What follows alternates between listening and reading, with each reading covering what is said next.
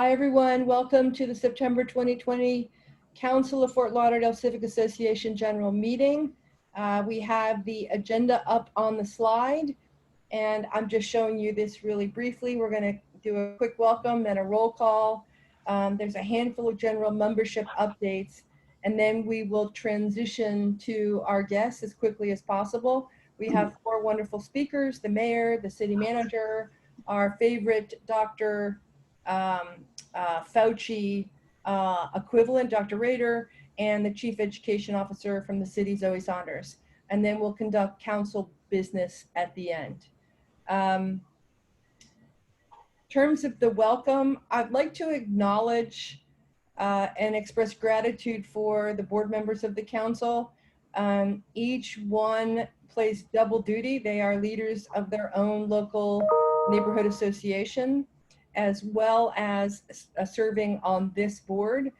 So thank you and welcome to First Vice President Mary Peliquin, Second Vice President Luis Castillo, Recording Secretary Christina Curry, and Mary is playing dual roles on the board, our Treasurer Melinda Bowker, and we have 4 district representatives. District 1 is represented by Jim Concannon, District 2 by Michael Albetta, District 3 by Kathy Stubbs, and District 4 by Kelly Manning. As always, we have a wonderful past president, Marilyn Mamano, serving on the board, and the chair of committees, Dennis Ulmer. So those are the board members of the council, and many of the board members also serve on advisory boards in various capacities. And I believe, Christina, you wanted to make an announcement about one of the boards you serve on. Yeah, I did really quickly. I'm the chair of the Fort Lauderdale Citizen Police Review Board. I just wanted to remind everybody that our next meeting is on Monday, September 14th, and it's open to the public. So it's a good forum for you to speak to the board. It's a really smart group of people. Tell them what you think, and we'll see if there's a way that we can execute our authority to help make some progress in our community. Thank you, Christina. And the purpose of the council is written down here, but fundamentally, we are the representative for the collective of neighborhoods across the city. And there are numerous numbers of neighborhoods, but we act as your collective voice and your advocate. And also, each of the district representatives is your advocate as well. So for any district-specific issues or questions that you have, please don't hesitate to reach out, get to know, and call and get to know and interact with your district representative of the council. We're now going to do roll call. I'll turn it over to First Vice President Mary Peliquin to provide instructions as well as to provide guidance for Q&A. Hello, everybody. It's good to see you, even if it's cyber seeing you.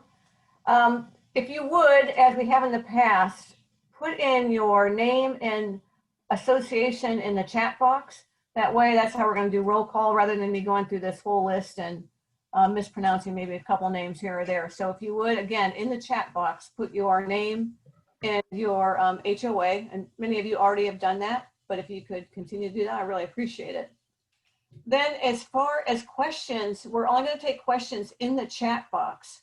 And there's be several of us, 3 of us actually, monitoring the chat box and making sure that the questions, either we can answer them. A lot of times, especially the city manager, I don't know about the mayor, but a couple people are actually good at spying questions in the chat box, and they'll answer them also. And that's it for now. If you have, and you can also just ask me a question just by just going to my name in the chat box if there's something concerning you that you don't want everybody to see. All right, so that's it. And I could see people, putting their names in, so I really appreciate it. Just keep it up and we'll get everybody. It looks like we definitely have a quorum. Wonderful. Thank you, Mary. All right, so a few general membership updates. We're continuing to remind folks about the census because the response rates remain woefully low. You can see the national rate versus the Florida rate versus the Fort Lauderdale rate as of September 7th. So a couple things. The city has launched, last month we talked about their sign program. You can pick up a lawn sign and share that out. But they now have also launched a badge program that is automatically updated by neighborhood. So those neighborhoods that have response rates over their 2010 final response rates earn a digital badge and give you bragging rights. Please go check out your neighborhood on the city website. We will send this link to you following the meeting. I think you'll be surprised by some of the neighborhoods that have high response rates and some of them that do not. But the bottom line is really, really push for this. It counts for 10 years of funding. There's an easy form on the 2020 census.gov website, and the point of contact within the city is Junia Robinson. We shared her contact information last month, sharing it here again. On deck for October, we have the Vice Mayor.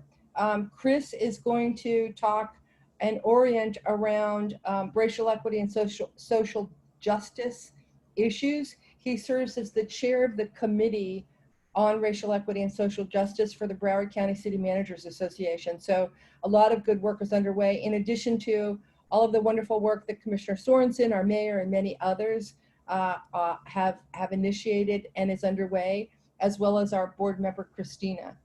We also have the League of Women Voters coming to talk specifically about the amendments that will be on the ballot. They're always a little bit confusing, so that's going to be helpful. We always encourage questions in advance. So if you have questions, please don't hesitate to send them to the council email, and send them in advance, well in advance, not this afternoon, like a week ahead of time, so we can get some time to respond to those. Thanks to those that did submit questions in advance of the meeting. Two last updates. There was one final stormwater rate review public hearing scheduled for September 14th. There's one actually taking place tonight, but it's for commercial properties. So this is the last public hearing. I believe the others are recorded and you can access them. There have been a lot of questions raised about the approach and the methodology. The rates have gone up, but we need the fix. And last update is the second budget hearing is scheduled for that same date, September 14th at 5 p.m. So assuming that these are both occurring concurrently or sequentially, those are the dates. So with that, we're going to go back to the agenda and introduce our first guest. And I want to confirm that the mayor is with us. Mayor Trantalis, are you here? I am here. Can you see me? Yes. Wonderful. Okay. Can you hear me? Yes, yes, yes. So we're honored to have the mayor of the city of Fort Lauderdale, Dean Trantalis, joining us tonight. Congratulations, Dean, on receiving the endorsement of Sun Sentinel. Oh, thank And you. I'm sure we're going to have a lot of questions for you, but starting with the high level, and I think, just talking roughly from the national level challenges that we're all facing, pandemic, the economy, Black Lives Matter, to the impact of those challenges and the additional impacts in our region, the hit on our hospitality and tourism industry, the important stand for us locally to take against racial injustice, and then obviously the aging infrastructure issues that we are facing. Bottom line, Mayor, you've got a big job. We appreciate the job that you have done in your first term. You've really taken on a lot, and we really, really appreciate you looking after us. We'd ask you tonight to talk a little bit about your vision for the future and some of your proudest achievements during your first term, and then any other updates that you'd like to provide. With that, I'll turn it over to you, and again, express our gratitude for you being here tonight. Great. Well, thank you so much. Can you hear me okay? Perfect. Okay, great. So thank you again for inviting me here tonight. Honestly, of course, you just laid out a huge menu of items you'd like to discuss, and we could spend all night discussing them. But I think I might use this tonight as an opportunity to give a State of the City address, since we didn't have one this year. And the Council of Civic Associations is certainly the most appropriate forum in which to have this discussion, because we are a collection of voices and people and ideas from throughout the city. And so let me just go back and let's talk about some of the accomplishments, some of the challenges, and some of the goals that we're going to hope to seek, this commission hopes to achieve in the months ahead, because clearly no matter how much you plan, you never know what's going to happen. And We had our planning session in January, and all of that certainly was sidetracked because of the COVID-19 virus. So this year was supposed to have been a year of celebration and ribbon cuttings. We were supposed to launch the new soccer stadium that the Inter Miami Beckham folks had built at the cost of over $160 million. We were supposed to have progress on our aquatic center and perhaps a ribbon cutting there, but that too has been delayed, although work is continuing to happen there. We were also supposed to see progress on the new skating rinks that were going to take place and be built at the War Memorial Auditorium, but instead War Memorial Auditorium has become a testing site for the COVID-19 virus. So much of what we had hoped we were going to be able to celebrate in 2020 as a result of actions we took in 2019 had been delayed. And you know, COVID-19 has created a certain malaise in our community. People have been compelled to shelter in place, and at the very beginning, back in March, you know, we shut the beach down, and it was almost an anathema to the tourist industry that we would take beaches away from people. But we knew from the start that that was going to be the source of a super spreader, and we were right. And we were praised for doing that. And then other beaches followed, and the rest of the state followed. And it was important that we take bold moves in order to try to prevent the spread of this virus. But we also discovered that just shutting down was not the answer, because even with the federal government giving money out to folks who are unemployed, it was not sustainable. It did not make sense. And now the moratorium on rents and mortgage payments, you know, we're hearing from landlords now who can't afford to make repairs and who can't afford to pay their mortgages. And so we have to consider how every act that we take is going to have a reaction that is unintended. And we have to be careful going forward. So 2019 ended with a bang. That's unfortunately, it happened in Rio Vista. And we had our first major sewer break since the last major sewer break back in 2017 in Tarpon River, the Tarpon Bend area. You know, this was a consequence of years of neglect, as we all know. And the irony was, of course, that very week this commission had already passed money to start the rebuilding of our infrastructure. But now we know we have to go fast forward. And now the city commission is committed to spending significant sums in order to make sure that that our pace is accelerating, and that, am I still on? Because my screen just altered. See your face. We see you. You can still see me? Okay, because my screen just altered. Okay. Okay, there we go. So He's been here a couple times already. No, I think she's trying to go to the one. Excuse me, could everyone please mute your microphone? Keith, could I ask you to mute everyone but Dean? Thank you. So the important project we're now working on, as you all know, is the 7.5 mile force main sewer pipe running on the east side of the city. We've completed a good portion of that, and that's a $60 million commitment, which we have made. It's running through a lot of neighborhoods now, the replacement pipe, and it's even running through my neighborhood as we speak. And I think folks appreciate the fact that we are working fast, working to get things done. And I have to say, I really thank our city manager, our public works director, and all the folks involved in making this happen, doing so in a straightforward and professional way, taking the politics out of it, ensuring that the people of this community will be able to continue to have an infrastructure base that will take them into the next generation. We had another water break over the weekend, and it's very sad that we continue to suffer one break after another. But I have to tell you, the city staff was on top of it, and they controlled it, they repaired it, they got water back flowing again to the neighborhood.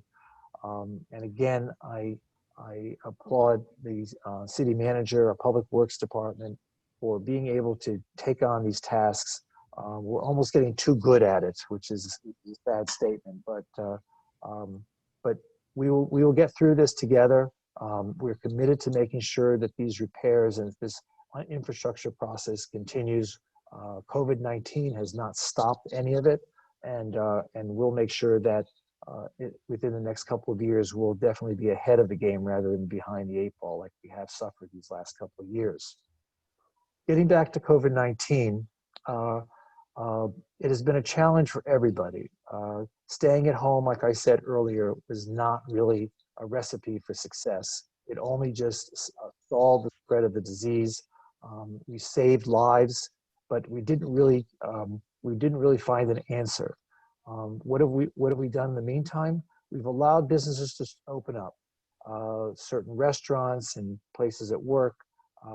We realized that there were ways to take precautions that could allow us to get back on our feet and get the economy moving again. Social distancing, wearing masks. No one would have done that in March and April. It was not part of our culture yet. But today, if you go into a drugstore or grocery store, you go into any place of business, masks are required. And so it's now seeped into our culture. People are accepting it. And that's what's keeping the infection rate below 5%, as we've now experienced this past week. So our community is stepping up to the plate. I'm very proud of everyone in our city who has really understood the urgency and the immediacy of these measures. So we are now being allowed to get back to work, get our economy going. So Colleen, you mentioned something about the tourist industry. I sit on the Tourist Development Council, and needless to say, the industry has been devastated, not just in Florida, but all over the country. And those who are in the industry, they're out of work, furloughed, laid off, and these $600 a week checks have now stopped. What are they going to do? These are the challenges which our community now must face. We are doing our best to work with federal and state agencies to try to continue unemployment claims and to make payments to those who are most affected. We're starting to see new populations of homeless people materializing around our city. For 2 months, we were able to cobble together money to house a little over 100 homeless folks, get them out of their exposure to the COVID virus, and to also to prevent them from spreading it if they had it.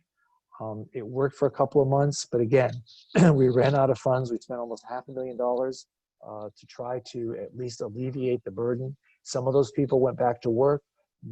All of those, in fact, were met with the case manager, and the case manager was able to assign them to any treatment needs that they had, as well as any housing or employment opportunities that we were able to provide to them without their having to stay there permanently. But this is still a challenge. The city starts to see more homeless people out on the street. A couple of weeks ago, I handed out masks to the homeless folks that are near the library because I could see that most of them were not wearing masks. A little story to tell you. We received a box of masks from a woman from a church group in Kentucky, and her group saw me on CNN talking about homelessness in Fort Lauderdale, and she said she tried to help in some way. So her sewing group at the church, this was in Mount Olivet, Kentucky, sent us about 24 handmade masks, which I then took to the homeless site and made sure everybody had a mask. So these small measures will add up, will help contribute to the success of our getting through the COVID virus. Also working with the governor's office. I'll tell you, it's been a wonderful opportunity to be able to know that the governor's office has been available to us. We got, at the very beginning, we got the 250-bed field hospital. Fortunately, we never needed it, but it was located in Fort Lauderdale in case the infections and the illnesses spiked in our community. we also got testing sites. In fact, recently, Fort Lauderdale was the only city in the county to get that the antigen testing site. How did that happen? It happened because we built relationships. We built relationships with the governor's office, and we're able to cooperate and work with them to make sure that the people in our community are protected. This is important, especially since a rapid response test is helping the county in its efforts to contact trace, in making sure that we're finding the sources of the spread rather than lingering for days without an answer as to the test results, and making sure that we are able to contact those people who we feel were the source of having contracted the virus. So the city of Fort Lauderdale, fortunately, the government has, while it has been impacted, it has not weakened services, nor has it wounded us in any way. We are still maintaining all of our services, all of our personnel. No one has been furloughed. It's not to say that we haven't suffered financially. In terms of the general fund, we suffered a loss of just under $20 million for this current fiscal year. Those numbers are going to change because it's still a moving target, but the projected amounts are about that in the general fund, and in the other funds, the enterprise funds like parking and water and sewer and all those other funds. We're projecting another $16 million in losses in this fiscal year. That doesn't mean we're going to cut back on services. It doesn't mean we're going to cut back on our infrastructure construction projects. All it means is that we're going to have to reprioritize some of our projects and some of our expenses. And I have to commend our finance department and our city manager for being able to come up with a plan that will get us through this fiscal year. We had a visit from Marty Kier, our property appraiser, who indicated how much money we could anticipate in terms of next year's, and it's not a significant loss in terms of property taxes. Where does the loss come from? The losses are coming from reduced parking revenues, reduced share of our sales tax money from the state, and franchise fees. All these things that are being used less, that's the impact that we're suffering. So going forward, we will now be a little bit smarter. We'll be able to sharpen our pencil, and hopefully we'll have another balanced budget next year.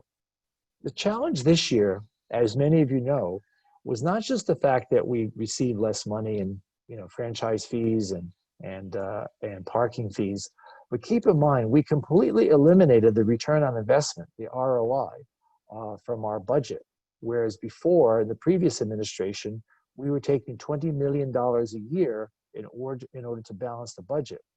This year we completely eliminated that, and so from the very start we had a serious hit in our budget, and yet by reprioritizing and by taking advantage of certain efficiencies that were not before taken, we were able to not only absorb that $20 million loss, but also still try to maintain a balanced budget and maintain good services in all of our departments as a result of the COVID-19 impact.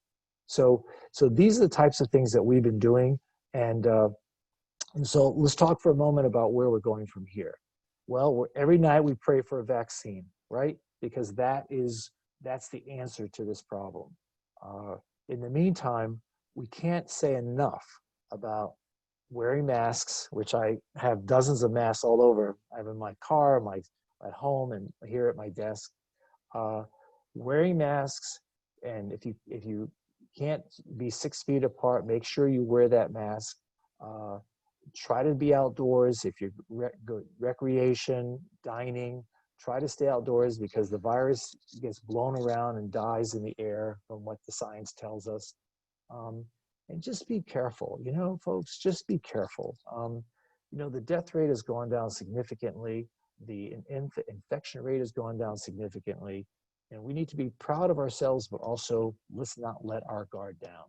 We need to stay with it and ensure that we're going to be safe until a vaccine is discovered. You know as well as I do. When is it going to happen? You know, the president says it's going to happen before November 3rd. Scientists have said it's going to happen more likely in January and February of next year. But whatever the date is, we can get through this. And I know our communities are well suited to making sure we're succeeding in this. Let's talk a little bit about racial injustice and the impact of what's been going on nationally and how we are reacting to it locally. What happened after the end of May, where this country collectively suffered the sorrow of the death of George Floyd, and I think that those folks who rose up here in our community rightfully had a reason to speak out. We are a city on the edge of the southeast portion of the United States, but we are part of the national narrative. We are part of who we are as Americans. And we all, when one person suffers, we all suffer. When bigotry and hatred is experienced by one group, all groups experience the same level of indignation. And so what have we done here in Fort Lauderdale? We've sat back. I've sat with city staff. Our city commission has had discussions regarding this, and we realized that we needed to examine police practices. In doing so, we discovered the need to change the leadership of the police department. We have now done, and we now have Police Chief Karen Dietrich as the interim police chief. She's already making changes. Practices that should have been outmoded long ago are now being implemented. We have a national search for a new police chief, and we're hoping that we're going to get the type of talent and attitude that our community deserves. But moreover, it's important to have community input. We met last week with the Citizen Police Review Board, and the purpose of that was to begin a discussion, conversation, how we can strengthen that board, give it more authority, more responsibility, and give it more independence from the police department itself in order to investigate allegations of misconduct within our police department. We've also made it now a requirement that all body camera footage be reviewed on an ongoing basis. I was the first to, several years ago when the subject came up, I was the first to insist that we have body cameras in our city. Eventually, the unions came around, and now we have, as part of police equipment, standard equipment, we have the body cameras on all police officers. So these are steps forward. But there's more to it than just police practices. There's community engagement, and also leadership from the mayor to reach out to those who are most affected. In that regard, I received Latoya Ratliff in my office several weeks ago. We met with her folks. We met with city attorney and city manager. We sat in my office for quite a while, and we talked about how we can do better as a community.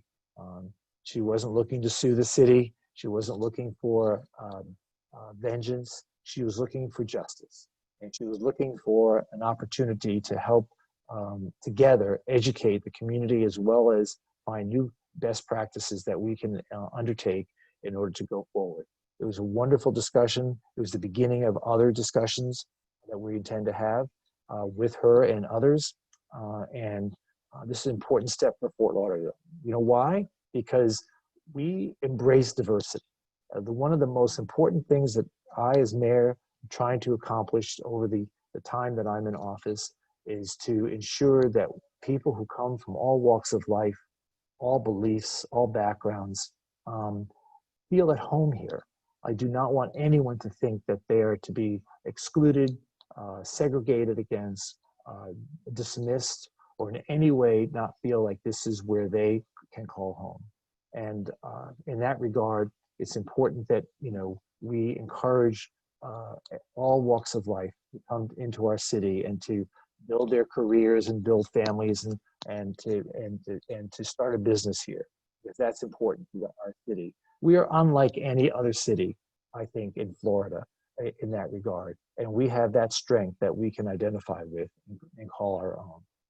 So, that's that. So in terms of the national picture, in terms of racial justice, in terms of COVID-19 response, in terms of trying to maintain our economy so that people can stay employed and stay safe. These are the types of measures that we are undertaking in order to continue progress of our city and the vitality of our city. Make sure that we do not slip through the cracks, and that we are standing out amongst all others in making sure that that we're going to continue to grow, especially after this virus is tamed and we're no longer suffering from it. But let me also talk about other things we're doing in our city. The wonderful things that are happening in our city are really they're ongoing. Keep in mind that last year, or this past year rather, we passed a bond referendum for our parks, and we are moving forward with identifying a new open space, as well as allocating funds for rehabbing existing parks and existing facilities. That will continue to go forward. COVID has not stopped that in any way. And we're also undertaking the response. The community asked us to rebuild our police station. They passed a bond for the new police station. So we're moving forward with the architecture and the design. We have not seen anything yet, but that process keeps going. And we're going to try to do that not only under budget, but way under the amount that the community authorized us to spend. So those projects are moving forward, as well as, like I said earlier, the aquatic center. And for those of you who haven't been out to see the soccer stadium, you really need to go out there. It is phenomenal what has been built right in our backyard.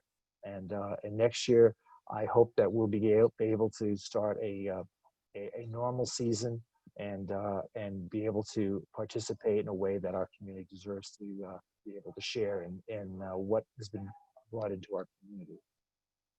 So those, I think, are the most salient points that I think are important to have brought out today. But I certainly welcome any questions that anyone may have on other subjects, because there's certainly a lot of other things we could talk about. Cleanliness of our waterways, what we're doing with regard to that, new development, the master plan. There are all kinds of things going forward. But I'd like to take any questions, Colleen, if you think now is the appropriate time to do that, because I know you have other things on the agenda. First of all, thank you, Mayor. That was just wonderful, very comprehensive. I think it's a testament to how well you spoke about so many things that we're not seeing questions right now. But honestly, I want to applaud you on leading the way in so many different ways. If there was ever a time for collaboration, right, we were not going to be able to do this by ourselves, and forging those relationships, not just with the state, but with the county and across counties, but also taking a strong stand for our city. You, I think, are a great role model, a great example for a post-COVID pivot. That was very well done, very flexible, but also very strong in stance. And your position on inclusion and belonging is clear. And I think that behaviorally, showing and being reflected in our policies is going to do wonders going forward. We do have one question, and I think what we'll do is, you've covered so much. I think we will be moving on after a handful of questions. But we do have one question about covering the waterway. I'm not sure what that refers to. You probably know more than I do. Can you address that? Yeah, sure. So as a result of the sewer breaks, and even before we had the sewer breaks, I mean, we had green algae blooms. I mean, our waterways are like, to me, I mean, they're tantamount to, you know, a sewer system. You know, this is terrible. I remember in 2016, we were able to get the county to do sample testing in and around the intercoastal, the Isles, the Las Olas Isles, and the intercoastal waterway around there. And the results that came back were terrifying. And I brought it up to the commission at the time, and I was poo-pooed, and they said, "Oh, you don't know what you're talking about. This is just normal." And I said, "This can't be normal. We got green algae blooms. Well, that's just normal, even though we haven't had them in decades." So there's a new sense of priorities now that has been triggered by the sewage eruptions, that we need to focus on our waterways, not just testing them, because the testing will now happen much more frequently in the new budget year, but testing them as well as repairing them, getting marine life to start to flourish, encouraging people that live on the water side to start planting sea grape and doing things that encourage wildlife to want to grow and prosper in our waterways. I mean, we are the Venice of America. You know, we should start appreciating that the water is our lifeblood, not just recreationally, but economically. We're the host of the international boat show, okay, the largest in the world, okay? Boating is very much a part of our community, and so is jet skiing and swimming and all the other things I can't do, like sailboarding, and I could have done that 20 years ago, but I think I think my body won't take it today. Windsurfing, but the point is that waterways are a priority of the commission, and we need to make sure that we know that we are not doing our job until we are focused on cleaning our waterways. Wonderful. You know, no one's asked this question yet, but we're already hearing from a lot of neighborhoods that they've canceled their holiday parties. I would suspect we're probably looking at Halloween being conducted very differently. Winterfest has been canceled. My understanding is that the boat show is still on. Any updates on any major events that have changed or been altered as a result of the pandemic? Well, I think Christmas and New Year's are still going to happen. How we celebrate it will be in our own private way. Again, I encourage social distancing and making sure people, even if you're going to be with your family at these holidays or close friends, just go get tested. Just go get tested. It's that simple. Know your status, and that way you protect others as well as know what your own health status is. We have this facility right here in our front yard at War Memorial. Just go do it. It doesn't hurt. So they put a long Q-tip up your nose or down your throat. It's no big deal. So, I've been tested at least 5 times because I know I'm in the public so much. I have to be careful that I don't spread it to others. And fortunately, I've been negative every time. But the point is that that the boat show is so different than the boat parade, because the boat parade is when people have a lot of house parties, condo parties, a lot of personal private gatherings, and those are the super spreaders, close proximity to one another. The boat show, on the other hand, is an outdoor event. My understanding is that they're going to limit the capacity. They're not going to have anything in the convention center. Not that they could. If you've seen the convention center lately, it looks like Beirut was 3 weeks ago.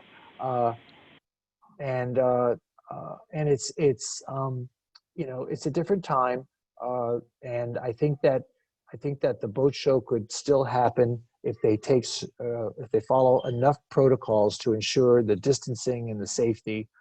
This is not Sturgis, South Dakota, where the bars are open, everyone's on top of one another, and that was a super spreader event. And I think we're smarter than that. I'd like to think that. And but Halloween, the street parties are definitely not going to be part of this year's celebration. I just think we need to sit tight right now. Sit tight, do the best we can, enjoy our friends and our families. And I think that when we get past this year, we'll certainly be able to understand and appreciate how important these things are next year when we're able to celebrate them in a normal way. Thank you so much, Mayor. Can we all give a collective thank you to Dean in the chat? You know, thank him for his time and his leadership and what is sure to be a lasting legacy. We appreciate you. We look forward to having you back and getting an update. Really, really appreciate it. Anytime, Colleen. And if any of you have any questions to ask me outside of this meeting, you know that, I'm always available. Either email me or text me or whatever. I'm certainly happy to answer any questions. And if I don't know the answer right then and there, I'll certainly get back with you. But thank you again, and stay safe and make sure you're counted on the census. All right? Yes, Thank you. wonderful. Appreciate you. Thank you. Bye-bye. Bye. Okay, so we've got our next speaker going next, and this is City Manager Chris Lagerbloom, who has another pressing engagement that is work-related. So we are moving him to a second on the agenda as the speaker. As always, Chris comes and gives us general updates across the city. Last month, the focus was on the budget. This month, I think we raised a few questions to you, Chris, but I'll hand the floor to you to say hello and give us a general update on how things are going beyond what the mayor's already talked about. Thank you, Colleen. So, hey, good evening, everybody. It is good to be here again this month, coming to you tonight from City Hall. So it still exists. It's still open. The mayor did a great job. I got here about 15 minutes after the meeting started, I think, and listened to what the mayor had to say. He covered so many things and was so educated on all of them. So I don't have a whole lot left, but let me see what I can maybe supplement his information with and then see if there's any questions. So the couple of questions that were asked of me in the email dealt, number one, with mask wearing and how we were enforcing that. I think the mayor touched on that to some degree. We do respond to hundreds of complaints of people not wearing masks in public. Those are called in through the county at this point. They transfer that call to us. Many of ours are unfounded or unsubstantiated because by the time we get there, we just can't validate that the condition existed or didn't exist prior to the call of us responding to certain places. We amped up the number of patrol people that we had out in our code group over the Labor Day holiday, and generally had a decent cooperation of the public, and people were mindful of protecting themselves and others. So that's sort of where we are with mask enforcement. The other question was related to parks and how we were prioritizing parks for park bond funds and moving forward with projects. It was questioned that there's a list out there of park bond projects, and there is. When the City Commission moved forward with the bond documents, they adopted a resolution identifying which parks were going to be the parks that would have funding and how much funding would be allocated to each park. They also left some dollars to be appropriated for unforeseen needs at the time that the bond was passed. And the items and parks that use that money come as a request to the Parks, Recreation, and Beaches Advisory Board. And they either give a thumbs up or thumbs down on a recommendation. And then that has to go to the City Commission for action moving forward. There's only 4 projects that can move forward to the City Commission without having to go to the Parks, Recreation, and Beaches Advisory Board.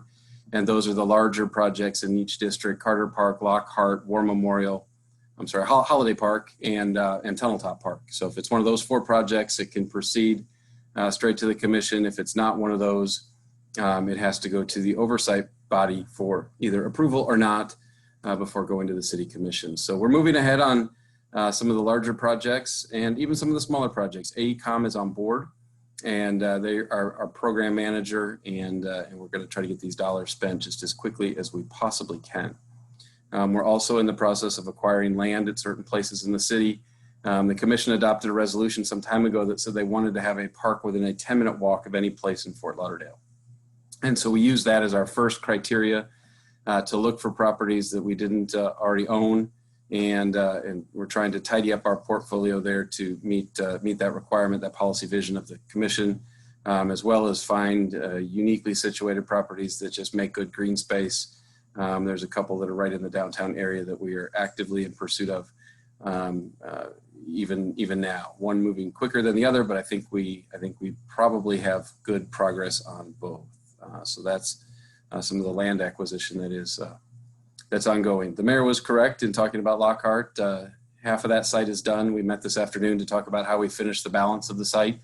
It was going to be used for parking for this first season of team play. So what's when you see a gravel lot south of the soccer stadium, that's what it was intended to be.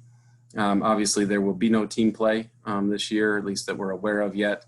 And so we're going to go ahead and move full speed ahead with getting the other part of that parcel designed and built out. We've already started that. It's just a function now of really putting our foot on the gas and saying it's time to go, go, go. So a great environment. The mayor alluded to it when we're open for soccer play, even if you don't enjoy soccer. I had no idea what soccer even was about until this group came and knocked on our door called Inter Miami. And now I have not missed a game that they have played. And I still don't know what's going on, but it sure does seem like a whole lot of fun. And I'll tell you, you'll enjoy the environment. It was pretty intense without any fans in it. I could only imagine what it would be like when there's finally fans there. Let's talk to COVID here real quickly and just let you know that obviously there's all the medical side of COVID, and we're still watching all of that data and being advised by experts. What you all might be interested in is how much money are we recovering, either in the form of CARES funding or in the form of reimbursement for expenses that we have laid out. We have a team dedicated to finding each of those opportunities and not letting one of them pass us by. We worked with Broward County on one of their allocations that was direct to the county that then would cause a portion of it to be distributed to the cities. They set aside 30% of their funding that came in the first batch of COVID funds, which amounted to about $100 million, $104 million. Fort Lauderdale, based upon a formula that we created, will be in receipt of about $13.5 million from that allocation of CARES funding. We've also a direct recipient of some CARES funding in the CDBG world as well as the HOPWO world, and then we're seeking out reimbursement and throwing our expenses into any little bucket we can throw them into in hopes of seeing reimbursement. On a differing scale, just to give you and put it for some perspective, on a Category 1 hurricane that might be with us for, really the balance of 12 hours, but 36 hours in that initial, overnight time period or daytime period that we spend with a hurricane and the initial cleanup. Hurricane Irma cost us just shy of, I think, $30 million to bring ourselves back to normal, which was a Category 1 storm. To date, COVID expenses have amounted to about $4 million. So just to put it into some perspective, it has lasted a lot longer with us, but it certainly hasn't been as expensive as some of these storms are. We're keeping our eye to the tropics. What a busy week it is out there this week. Every time I look at the TV, I see another little X pop up on the west coast of Africa, and then I see it pop up in a color that says the likeliness that it is likely to form.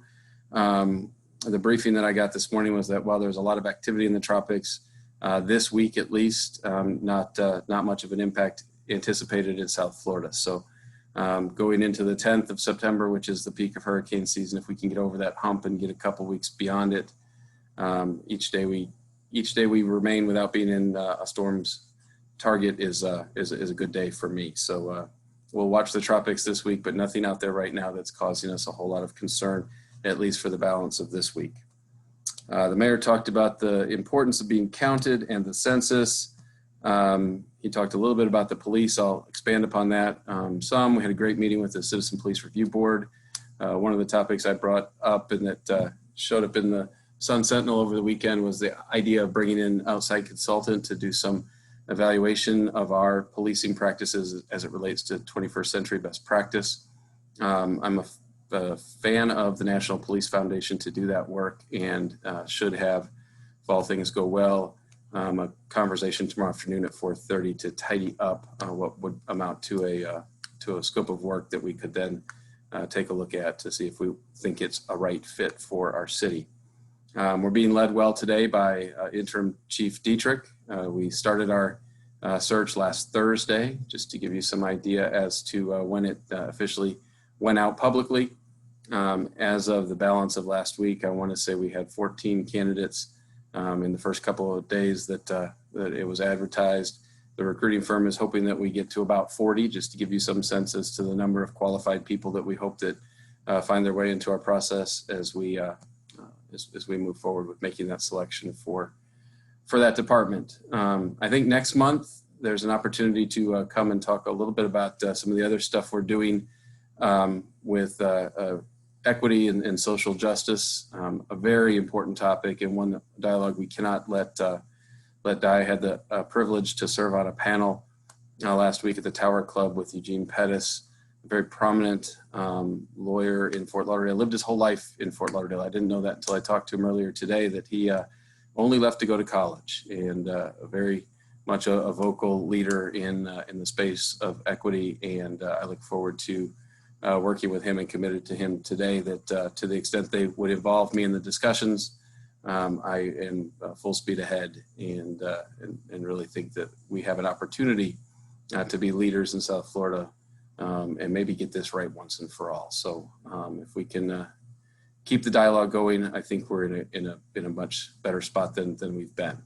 I see in the chat here they're talking a little bit about homeless issue. I'll bring it up quickly as it relates to 17th Street. I think is what it's being brought up related to. We did take that bus shelter out, didn't really fix the problem. We were going to move forward with removal of the concrete structure that's there that really is an enabler without a roof on it. In the process of doing that, and even at one point I had this weak moment, so just do it and I'll ask for forgiveness later. We found out that it was federal dollars that went into putting that bus bench in, as well as that concrete area. And to the extent that we took it out, we have to reimburse the federal government for the removal of it. So I'm still working through that. That's why you haven't seen it move so fast, as I realize that there's dollars that went into installing it that we may have to reimburse if we choose to remove it. So still a work in progress. And homeless living in George English Park, yes, well aware. Our homeless people, our homeless outreach officers are very aware and working towards providing services. The thing about the homeless that we have in Fort Lauderdale today is it's not a function of there not being availability in shelters or even the ability of trying to provide services. In many circumstances, we're just dealing with people that don't have any interest in being in receipt of those services. So a topic that we'll need much longer to talk about, but I wanted to address it since it popped up in the chat. Two more topics, and then I'll see if there's any questions. And I do have to run tonight to another engagement. But the question came up about the police building and where we are. We have awarded the architecture services to AECOM. We're negotiating construction services with Moss. That competitive solicitation came to a conclusion. When that is done, that'll come to the commission for action, and we're full speed ahead. So that project tracking very nicely at this point in the initial stages of design. I know Dr. Getz asked me in an email earlier today if I was going to get the flu shot and whether or not my family was going to get it. So I'll tell him that the answer to that question is yes. My wife actually works in a hospital setting, and she's required to. So safe there, Dr. Getz, and I'll do the same thing. They tried to give me one of those in a tetanus shot today at CVS when I went to pick up a prescription, and I said, guys, I'm wearing a nice shirt today. I don't want to get it wrinkled, but I'll come back in a short sleeve shirt and see if I can get that accomplished in the next week or so. So he highlighted the importance of flu shots this year. I've heard that from every medical professional that I've talked to. I think you've got the good doctor on later tonight, so I won't steal his thunder. He's way more qualified to talk to a flu shot than I am. But in answer to your question, I will be certainly an avid flu shot getter. I've gotten one for a decade. So with that, I'll see if there's any questions, Colleen, that you want me to specifically address tonight, or if you want to send them to me in email, that's fine too. But thanks again for having me. That's great, Chris. Thank you so much. We look forward to having you back next month and a deep dive conversation on your chair and committee and involvement in social justice. So thank you. Good luck tonight. And we will get back to you with any follow-up questions, and we can respond by email or we can take them up next month. Appreciate it. Great. Good night, everybody. Thank you for having me. Thank you. Take care.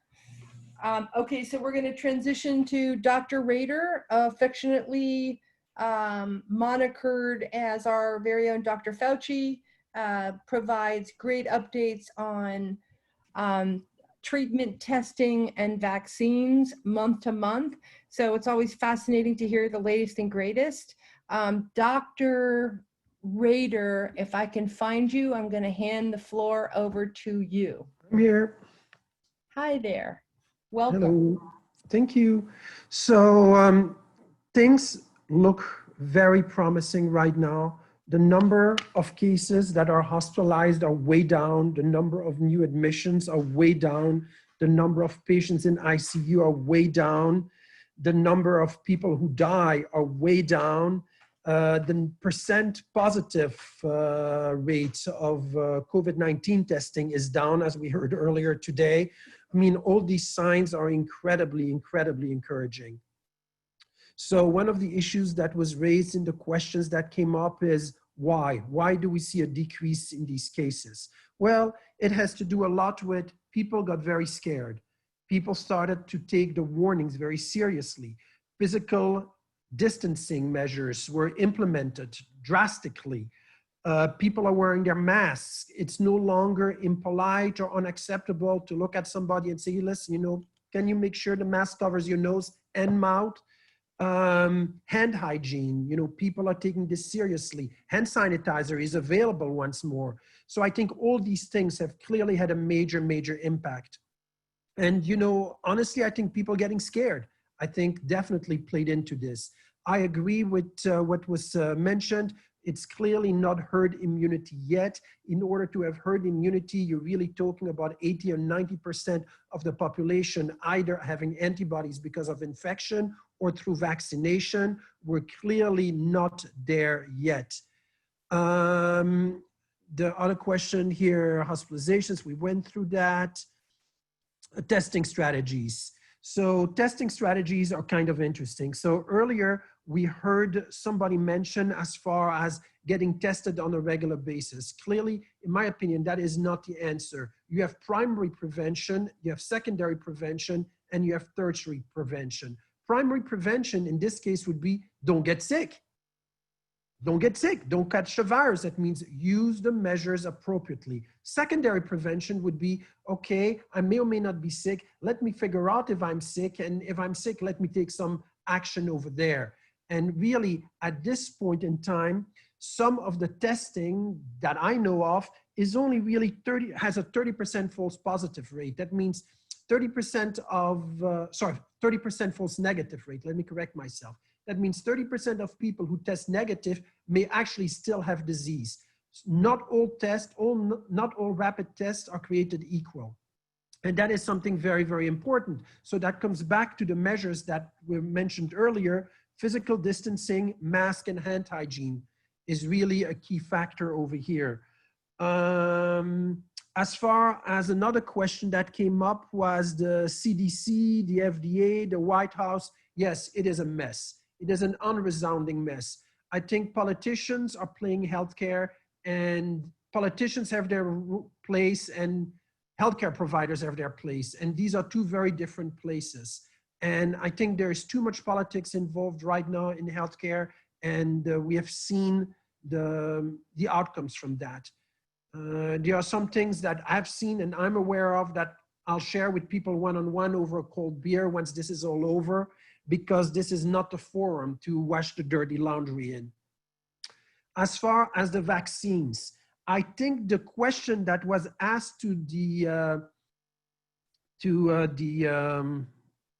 gentleman in front of me was not, is he going to get the flu shot? I think they were probably referring, are they going to get the vaccine for COVID-19? Because that's kind of what the question over here is. As far as getting the flu shot, I 100% agree with Mr. Lagerbloom. Getting vaccinated for the flu is important every year. This year, twice as important as any other year. If people end up having COVID-19 combined with the flu, that's going to be a horrific outcome. So I would say yes, very, very important to get vaccinated. The vaccination period is really kind of already starting now. I would say, you know, anytime now until the beginning of next month would be an ideal time to get vaccinated for the flu. As far as the vaccine for COVID-19, that is a very, very different animal, extremely different animal. There are different vaccines that are being developed and they target different parts of the virus. What we know right now is that reinfections, before we spoke about reinfections, and I said, I have serious concern about this. At this point in time, it's no longer speculation. It's no longer theoretical. We know that reinfections have indeed occurred. Reinfections have occurred in Israel, where it has been confirmed, has also been confirmed in Hong Kong. There were 3 individuals that were part of the original group of people that got infected in Hong Kong.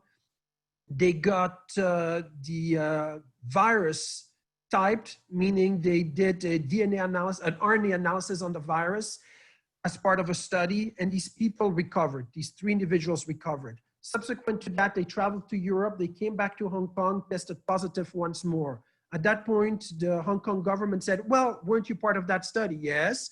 So they retyped the virus, and this was a slight mutation from the original virus. So this was not a false positive. This was not just a flare-up. This was indeed a reinfection. And that happened at about 4 months after the original infection. So we don't know how long antibodies are going to be effective. Is this a fluke? We don't know. How many more people are having reinfections? We don't know. What we do know is that in these few confirmed cases that the recurrent disease was not very severe. So that's a positive. But we do know that people have had reinfections. Now that brings us back to the vaccine. As we know, the vaccine each year for influenza changes. The vaccine is not 100% effective because there are multiple strains of influenza. Well, the concern is that many scientists have right now is, are we going to end up with multiple strains of COVID-19? And if that's the case, obviously we're going to have some issues because that will make herd immunity, obtaining herd immunity quite difficult. Also, we don't know how long the B cell immunity, which is the IgG and IgM mediated immunity, provides protection. We don't know if elevated titers actually confer protection to people. For example, the convalescent plasma studies that have enrolled over 170,000 people, as of this date, has not been shown to be beneficial to patients who have received the convalescent plasma. After enrolling 170,000 patients, they really cannot claim that yet. So to me, that is kind of an eye-opening experience as far as the vaccine is concerned and herd immunity. Honestly, we need to go back to basics. And that was exactly what the mayor said. I 100% agree with him. Physical distancing, wearing masks, and hand hygiene, which is one thing he didn't mention, because hand hygiene is key.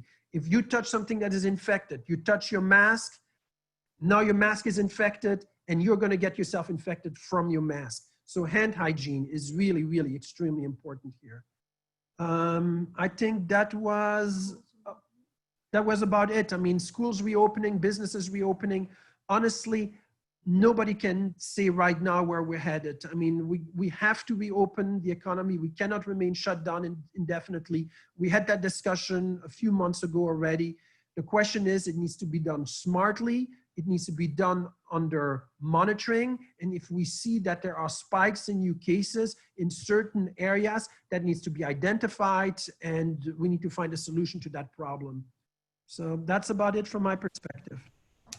Thank you, thank you, thank you, Dr. Rajter. As always, wonderful. A little bit more promising this month than last month.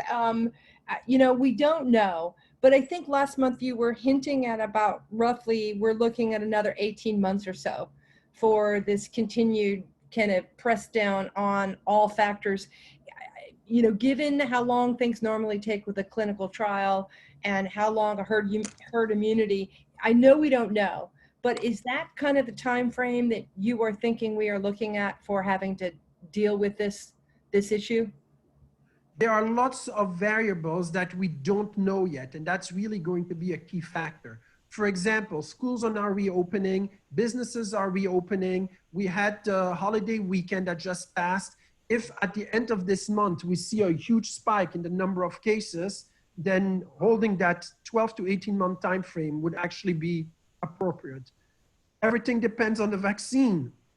If the vaccine is effective and safe and widely available and decreases the number of infections and we don't have new strains pop up, well, yeah, that's going to have a huge impact. If on the other hand, the vaccines are having serious side effects, if the vaccines are not quite as effective as what we were led to believe, or if the vaccine do not confer long-term immunity, meaning you get a vaccine and 3 months later you have lost the effectiveness of the vaccine, obviously that's going to give a very different narrative. I think as of right now, I do not feel that the vaccine would be widely available this year, notwithstanding what the White House is talking about. And if you look at Fauci, he's even acknowledging that it's likely going to be next year before the vaccine is widely available. Personally, I have some concerns about some of the vaccines being developed, but that's just a personal issue. It has been developed at light speed and corners have been cut. I'm not being kept appraised of what's happening behind the curtain. So some additional data may be available that I'm blissfully unaware of, but there is concern, and the concern comes directly even from Dr. Fauci. So if he expresses concerns, then I have concern. Right. Right. So thank you. I didn't mean to cut you off if you weren't finished with your thought, but we do have one last question. Yes. A lot of folks are out getting on planes again. The planes are a lot less full. General thoughts about the safety of flying on a commercial plane. I've heard different things about the air quality inside a plane versus outside a plane. What are your thoughts? So the CDC, I posted it on my Facebook page. The CDC released a study looking at air quality on airplanes, and that was about 2 or 3 weeks ago. And so you can go to my Facebook page, it's posted over there. And they said that there is concern about the air quality on an airplane. Now you really, like anything else in life, you need to weigh the positives and negatives. If you physically must go on an airplane for business and there is no other way around it, or there is a sick relative that you must go visit, there is no way around it, then by all means, you're going to say, well, this is a risk I'm willing to take. If it is simply because, you have cabin fever and you want to travel to California, I mean, how risk adverse are you? That's really the question. As far as the going on a plane, if I were to go on a plane, I would strongly urge you, wear a mask when you get on the plane, wear eye protection when you get on the plane, and keep it on for the duration of the flight. That means do not take the mask up to take a sip of water, just keep it in place, because you will not have 6 foot separation while you're on a plane. It's just not going to happen. So, but you need to see how risk adverse you are. Wonderful. And I'm sorry, there is one last question. I think this has been raised a couple times from Brucey. The new inhalation treatment with an inhaler that was discussed in the news today. Any promise to that? What are your thoughts? I know exactly what you're talking about. I've seen the study. If it is referring to the use of dexamethasone, an inhaled steroid, I just don't know how promising that is. I mean, there is data out there. I have data about using ivermectin. There is data out there about using systemic steroids.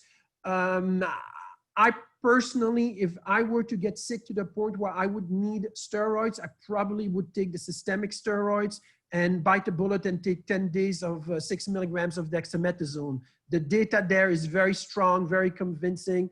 Coming from Oxford University, I would not gamble, because the price of being wrong, where you say, well, I'm going to use inhaled steroids as opposed to systemic steroids, the price of being wrong is just too great.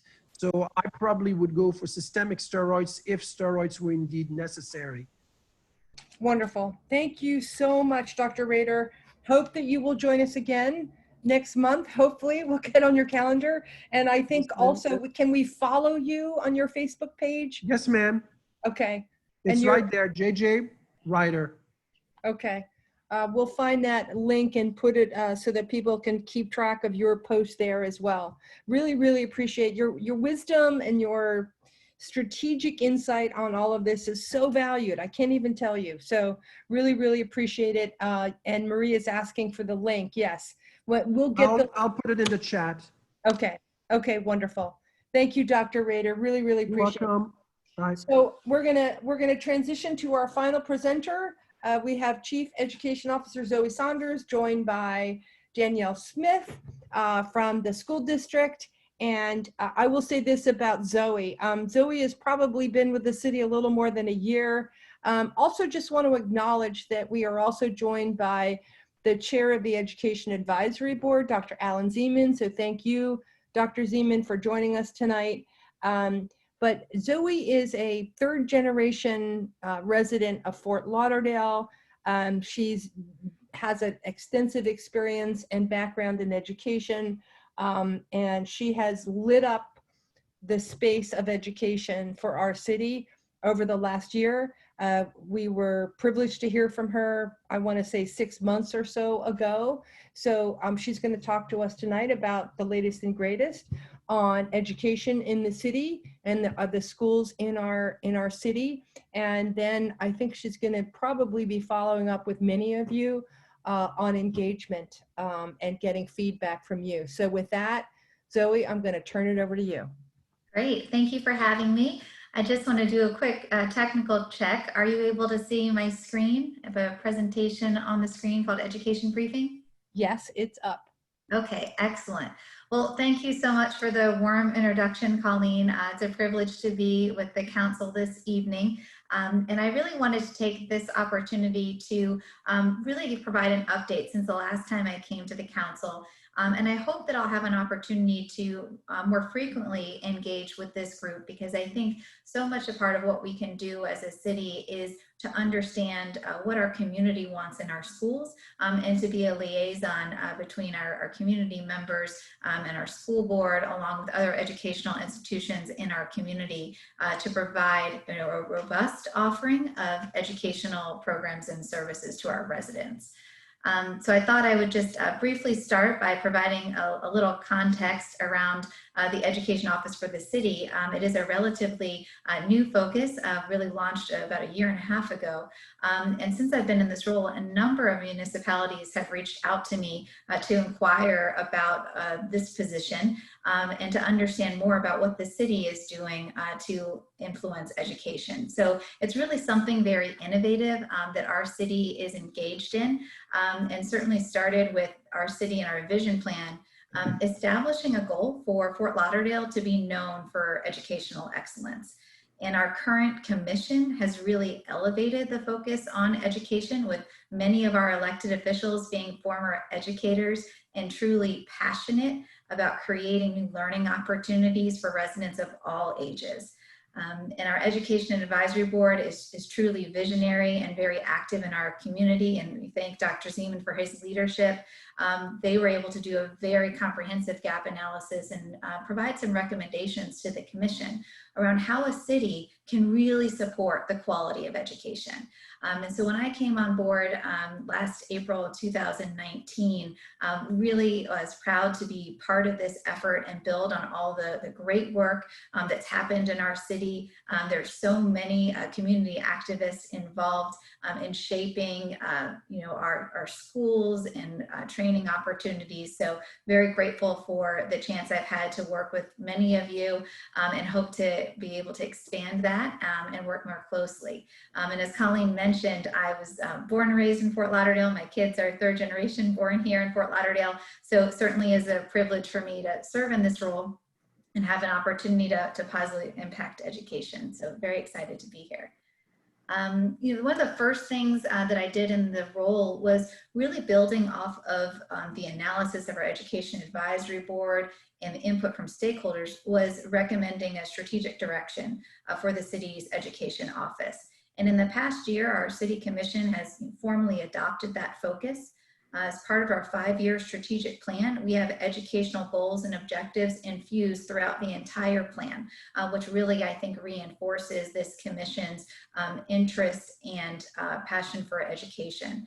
We've established goals to improve educational access and outcomes across the lifespan, starting with increasing early literacy, also working to be a partner with Broward County Public Schools in promoting public school enrollment, looking to decrease the unemployment rate, and also partner with our educational institutions and industry businesses to create new pathways that create opportunities for our residents to pursue advanced degrees. So that is part of our 5-year strategic plan. And then as the City Commission engages in their annual action planning, they've established a very key priority where they want to make the city of Fort Lauderdale a hub for aviation, aerospace, and technology training. And in this focus, really building off of the industries that are here in our community and creating that talent pipeline that will prepare our residents for in-demand jobs and also have a high economic impact, not only in our city, but in the larger region. And also would like to share that the city engages in regular comprehensive planning, which typically focuses on very much on land use and understanding our population needs. As it relates to education in this cycle, the City Commission took a very expanded view and also focusing on quality. So just share this to communicate the framework within which we're operating and the strategic direction for the city. And as a city, we do not oversee or operate schools, but we really play an important role in convening educational and industry partners, engaging with our residents to understand our residents' interests and needs, and in doing so, helping to shape the larger continuum of support available to our residents. So it's really an exciting place to be, and I think as a city, we can really serve as a model for how a community can come around a school system to promote outcomes. So I wanted to really share with you some of the key highlights. When I came to your group last time, it was really much more aspirational. I was outlining for you some of the key areas that we were going to focus on, and I'm proud that we've been able to make a lot of progress according to our key strategic focus areas, thanks to the support of many partners. So I'll start by sharing that this past year, with our focus on expanding aviation and education training, under the leadership of Commissioner Heather Moritas, we established a steering committee. And we're very fortunate to have participation from a number of partners, including Broward College, Atlantic Technical College, Fort Lauderdale Executive Airport, Broward College, the Greater Fort Lauderdale Alliance, and a number of aviation business partners, both in the general aviation space and the commercial space. We came together to really understand what are the needs for aviation training, where are the biggest job opportunities in our local economy. And out of that process, we were able to develop a really collaborative vision for education and training in aviation for our community. And through that effort, Atlantic Technical College was actually able to launch a brand new program called the Avionics Systems Technician Program, wherein it educates high school and adult students in a very high demand career in the aviation space.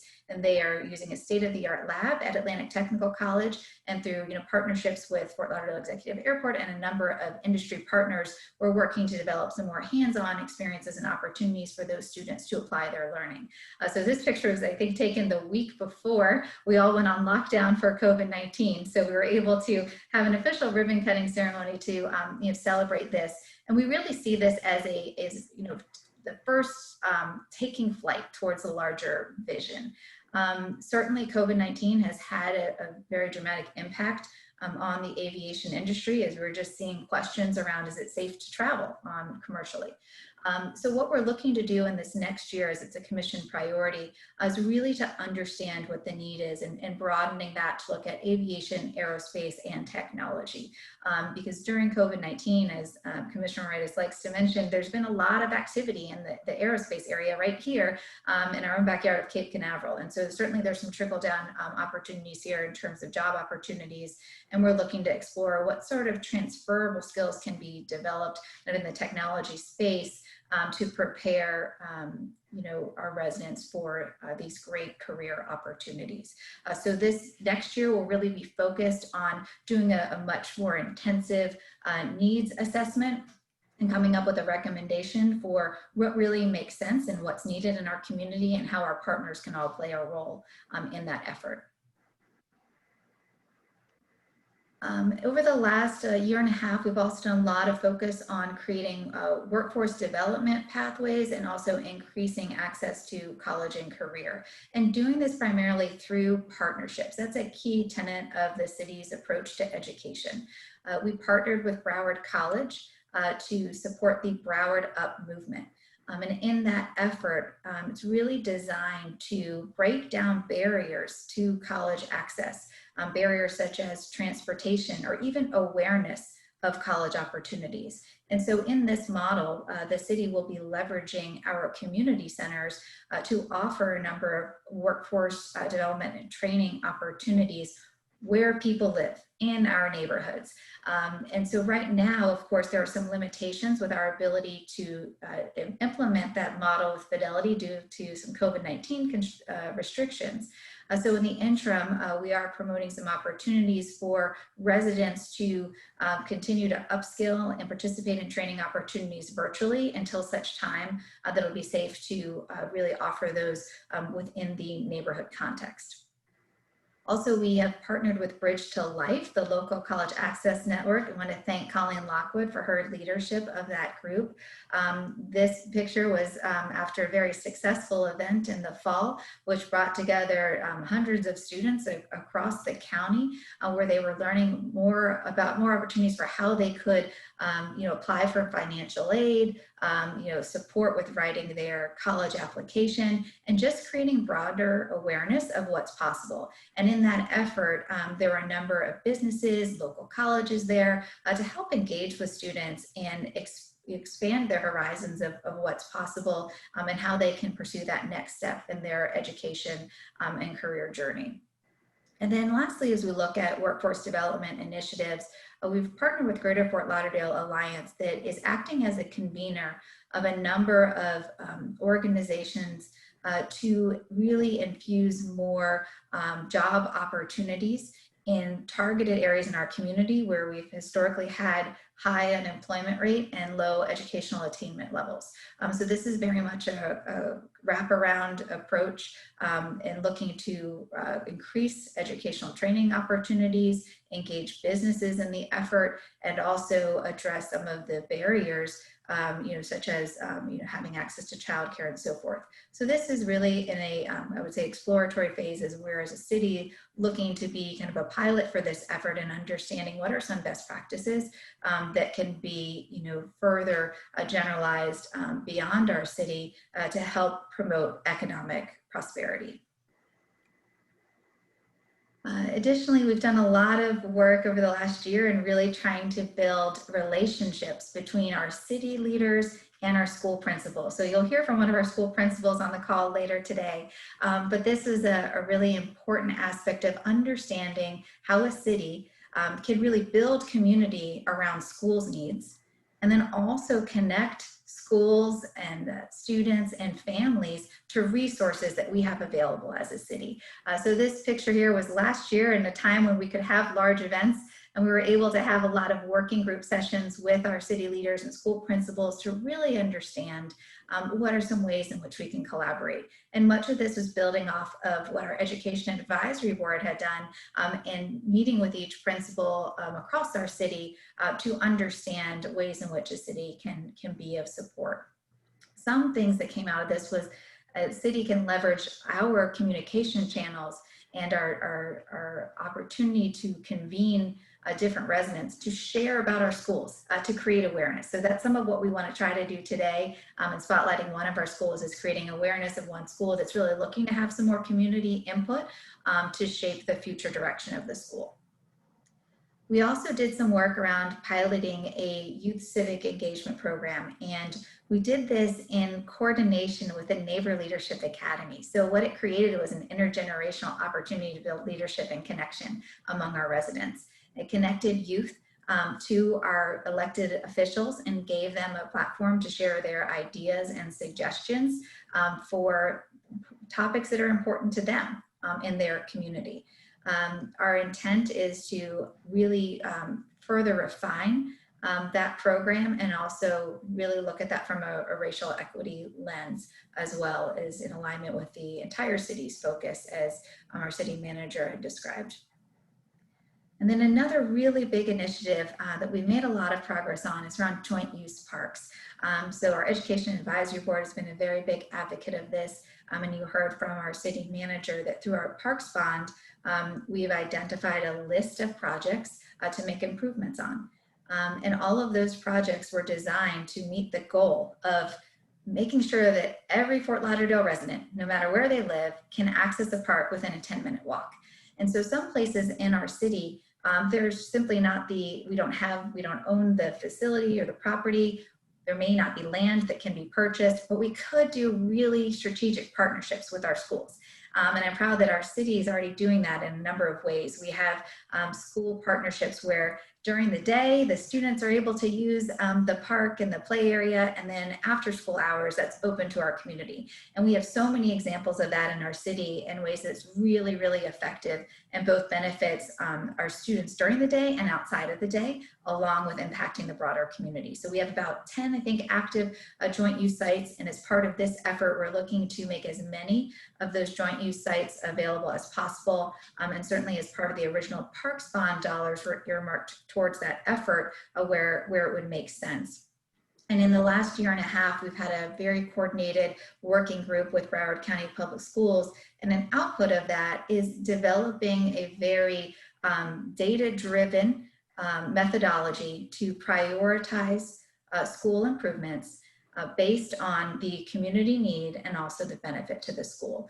So as we move forward, with the Parks Bond planning, that'll be a really great opportunity for us also to expand park spaces through this really innovative partnership with Broward County Public Schools in a way that is really beneficial, to the city and to our schools, and just really makes a lot of sense in terms of shared government resources. So those are some of the key highlights. I know what's top of mind is school reopening, and COVID-19 has been a very big focus of this call today. I cannot give a lot of updates around what that will look like. I do want to start by saying that the school board will be meeting on September 22nd to really discuss this and entertain the reopening options now that COVID-19 conditions are starting to improve, as our doctor had shared. So certainly encourage you to submit any questions or comments that you might have to the school board to address those. But I do want to share that our community is really coming together. There are certain things we cannot control about COVID-19, but there's a lot of really innovative things that are happening that show how a community can support education. The Parent and Community Task Force is hosting several webinars. Parent University, it's called Parent University. It's been very, very successful. They're hosting a next round, so I encourage you to tune in if you do have children that are school age, and it'll be focusing on how to best promote an e-learning environment. And also a number of community programs are offering these supervised e-learning programs or learning pods, as many have been writing about in different articles in the news and gained national attention. But one thing I think is really exceptional about this is it shows the versatility and agility of our funding community. We've had a number of funders come together to be able to support these efforts: United Way, the Jim Moran Foundation, the Jewish Federation of Broward, Early Learning Coalition, Children's Services Council. And so the city is also offering a program. We're proud that we're being funded by United Way, and that program launched today. We're operating at 4 different sites across the city, and this is an opportunity to address the child care needs for many working parents, and also to help support and facilitate the learning for those students during the day. So I think I do have a couple chats. I just want to look at that real quick. I want to transition into, thinking about, we know that COVID-19 is top of mind. We're all paying attention to school reopening. I have 2 very young children, so professionally and personally, it's something that's very important, and I'm staying on top of. But it's also good for us as a community to continue to plan long-term. And we do have this chance to really provide some input around what we want to see in our schools in the future, and to make those recommendations. As a city, we're seeing a lot of population growth that is translating into increased enrollment in our public schools. That isn't always the case across Broward County, so just an important trend for us to be aware of. And as we look forward into the next 5 years, we're expecting 7,000 new units in Fort Lauderdale. This data is really important to planning for school enrollment. And so you can see here in the darker purple areas, those are areas where we're expecting concentrated growth. And so what we as a city, when we want to be a great place to raise a family, we want to make sure that there are really compelling school options for those families so that they stay in our city and raise their children. And so one of the things that I would love to do with the council is really engage with you on a more regular basis to collect our community's input to enhance our public schools. What do you want to see in the schools? And in doing so, to further enhance the community school engagement. And there's a lot of really great work already in place across our city there. And as we move forward with this, there's the added benefit of it's promoting increased interest in our neighborhoods for families to move those neighborhoods because they really love the public school options there. And today, I'd like to spotlight one school as a way to kind of spotlight, to begin to explore how we can engage in this effort on an ongoing basis and capture the voice of the customer. So across our city, what do our residents want to see in our schools? And we're going to have a number of opportunities to provide that input. And I can say that the Broward Schools is really interested in hearing that input, and our principals are really excited to work with the city and be able to reach out to more residents to learn about how they can, learn more about their schools and promote the great work underway, along with learning about what else our residents want to see in the schools. So today I wanted to start with just doing, kind of a first of our spotlights. A lot of the reason I'm bringing this school forward to the council is timing. Because of the SMART bond, this school, Bennett Elementary School, is looking to, has an opportunity to make some facility improvements. And the timing is important that we try to get as broad base of input as possible. So what I'd like to do is turn it over to our proud principal of Bennett Elementary School, Danielle Smith. She's a phenomenal leader who you can just see her passion in the school. She's also a former principal of Virginia Schumann Young, lives in Fort Lauderdale. So pleased to introduce Danielle Smith. Thank you, Zoe, and good evening, everyone. I really appreciate this opportunity tonight to share our story, the Bennett story, with you. As Zoe said, I am the proud principal at Bennett Elementary. Prior to working at Bennett, I was the assistant principal and principal at Virginia Schumann Young. So I have also been a resident of Fort Lauderdale probably for the last 15 years. I moved to Broward County when I was 7. So I'm very familiar with the area. I'm not telling you my age, but I'm just telling you I know enough about the city and areas to know that schools are the heart of our community, and we need your input tonight, specifically for Bennett, but I know, as Zoe had shared, in the future for other schools too, as it is the voice of the community that helps guide decisions when it comes to schools. So I would really like you to know where we're at. So you can see the screen up there right now. For those of you who are not familiar with Bennett, it is a hidden gem located in Poinciana Park community, and we serve actually 8 neighborhoods in that area where the children feed into our school. We are currently in the design stage of the SMART Bond initiative, where there are actually 6 stages. And we kind of needed to take a step back and reevaluate. As you can tell, our school was built in the 1950s, and we were slated for new buildings in 2000, but because in the 2000s, but due to the recession and the failing market and housing properties, we did not get those new buildings. So as they reiterated the SMART bond a few years ago, we were slated for some repairs, but no replacements or rebuild. And at this point, we are at a transition spot in our planning where we need your community input, because right now it is like putting a Band-Aid on something that will not get better without surgery. So we need something from the community and to reach out to you.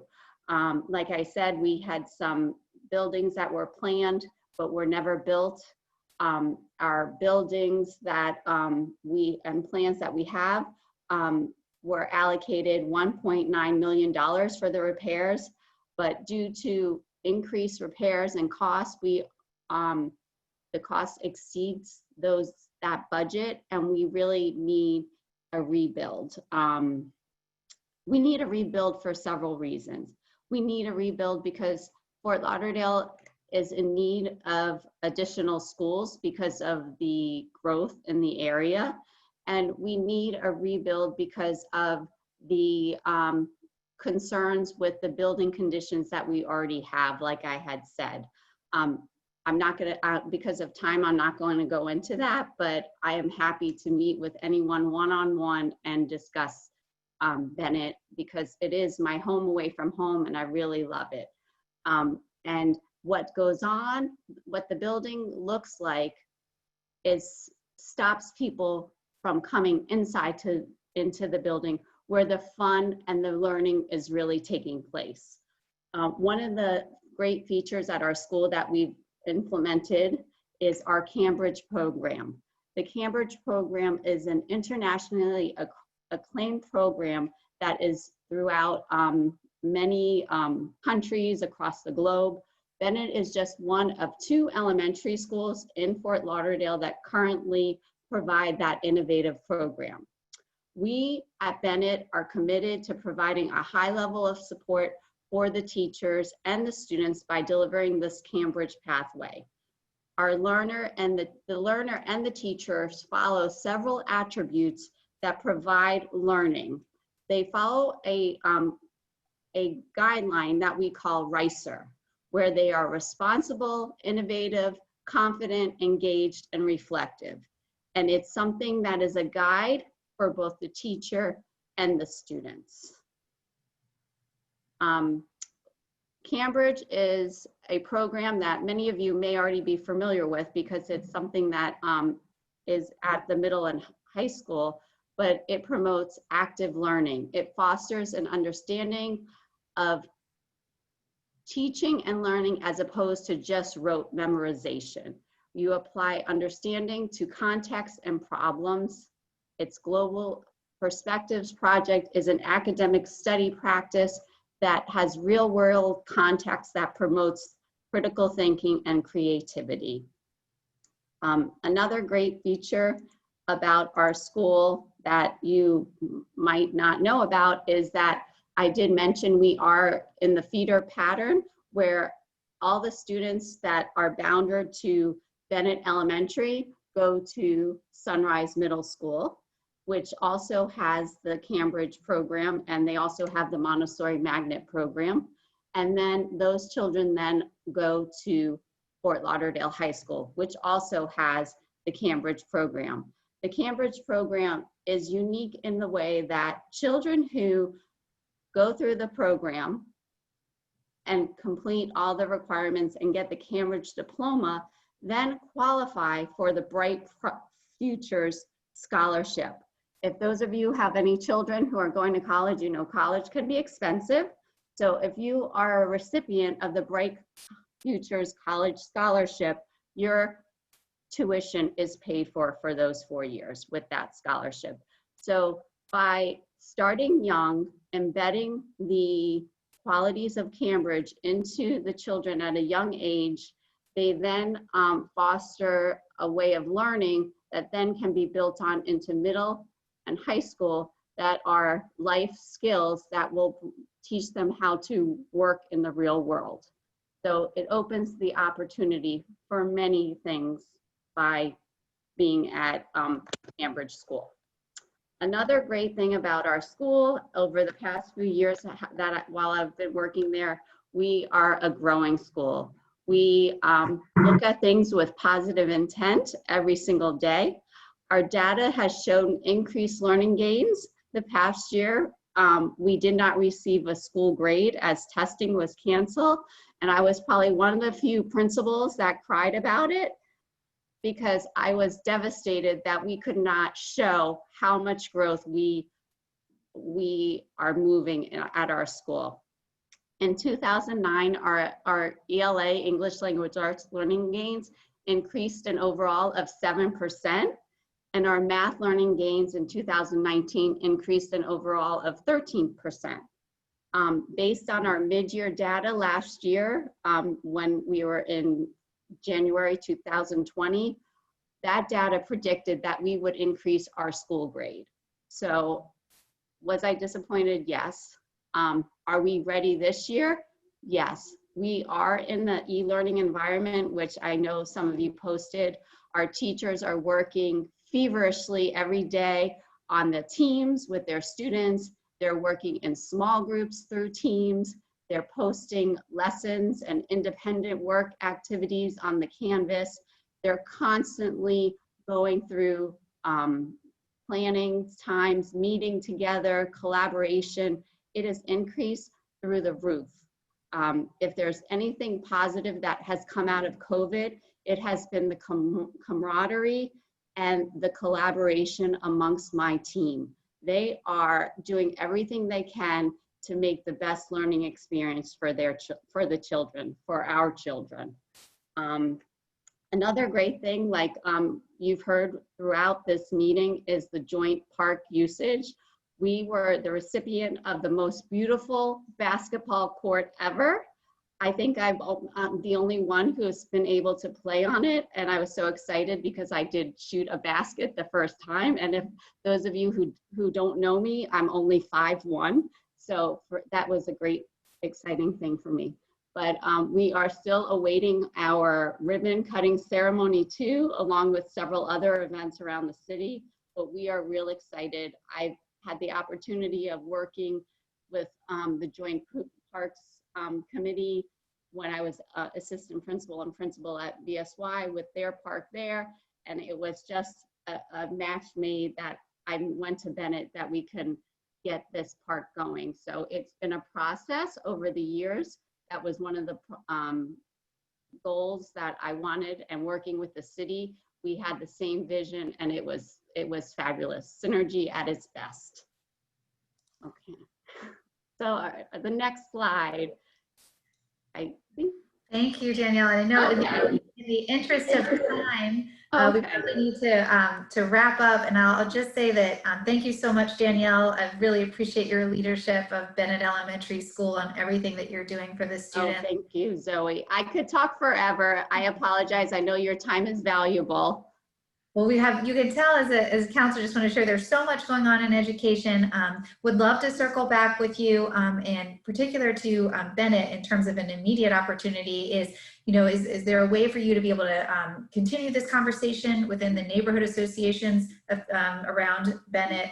Also share your ideas through the community survey, which we will send as a follow-up. And as we move down this path, letter of support for the building investment at Bennett Elementary School to continue to enhance the infrastructure of our schools in the city of Fort Lauderdale. And I did see on the chat some specific questions around certain schools. And Dr. Pittman would love to talk with you afterward around those particular recommendations, and looking for more opportunities where we can come back to your group and in your neighborhood associations to have more focused conversations around schools. Certainly there's a lot of questions around the virtual learning environment. I saw some questions around equity and access to technology and so forth. I would be happy to come back at another meeting and focus more on that as schools start to transition back, and we'll have some additional updates around the next steps. So Colleen, I'll turn it back over to you, and just really appreciate the opportunity to be with you all this evening. Thank you so much, Zoe and Danielle. Wonderful work. We really appreciate and applaud all of your efforts. It's really wonderful. I would suggest two things. One, that list of neighborhoods where the schools are, those would be the communities I would reach out to. We could provide those contact points. I know probably Keith and you both already have those. And then secondly, I do think the equity issue, the Wi-Fi laptops, and all those other kinds of things would be a worthy discussion to circle back with you again. And once we get that prioritized list put together, we'll have you back for sure. Thank you so much. Really, really appreciate it. Appreciate all the questions that everyone asked. Appreciate all the reps from the school district that are on the call tonight. And we thank you very, very much. So we're going to move on. We're over our end time already. So we have two pieces of business, of council business to conclude. Let me see if I can put back the agenda. It's basically the meeting minutes from last month, and we vote on that. So does anybody want to make a motion to approve the minutes? Does anyone have any edits to the minutes from last month before we do? Make a move to accept the meetings. I second it. Okay. Okay, thank you. All in favor? Aye. Aye. Okay, wonderful. And any opposed? The meeting minutes are approved. We have our treasurer's report, and I did see the question, Kelly, about making a motion about approval for Bennett. We're not in a position to do that tonight, I don't think, but that will be something that we'll take up at a future meeting. Melinda, I'll turn it over to you, the council treasurer, to go through the treasurer's report, and you just tell me when to go to page 2. Sure. Thank you, Colleen. And can you guys all hear me? Yep. Yes. Okay, great. So yeah, just looking at the treasurer's report here, this is our update for September. Our last membership update was at our August 11 membership meeting. And since that time, there's not been a lot of activity. For all of the accounts, you'll see there between our SunTrust, business checking, and our PayPal account, we have a total of almost 12,000. We're at 11,915.26. We have had a membership payment thank you from Shady Banks Civic Association, and that was via PayPal. Please remember that's always an easy way to pay these days. And then payments out of the account, I did was the check to President Colleen Lockwood for her paying the annual report SunBiz fee payment. That check has been mailed to her. And yeah, if you could just go to the next page quickly, Colleen, just to give the membership an idea of how we track everything. It is basically tracked as payments come in, and the board is updated both at this meeting and also at the board meeting, which so essentially a bi-weekly approach. So anyway, for those that have still yet to renew, please do so. I know that Mary has been in touch to remind many of you, and thank you for all of those who are up to date. And I'll take any questions now. Wonderful. Thank you very much, Melinda. And I just encourage any neighborhood associations that are not currently members to please join. We'd love your voice. We'd love your participation. With that, I want to say our last piece of business is just announcing the next month's meeting date, and our next general meeting is October 8th. I believe that's the second Tuesday in October. So we will see you on October 8th at 6:30 p.m. And we went over the speakers, and that is all the business we have for tonight. So with that, I'll call for adjournment and wish everyone well. So thank you all for being here tonight and taking up your valuable time and providing your input and important questions. Thank you. Thanks, everyone. Night. Goodbye, everybody. Good night. Good night. Have a Sleep great well. month. Thank you very much. Be safe. Look at that. Look at your little ears.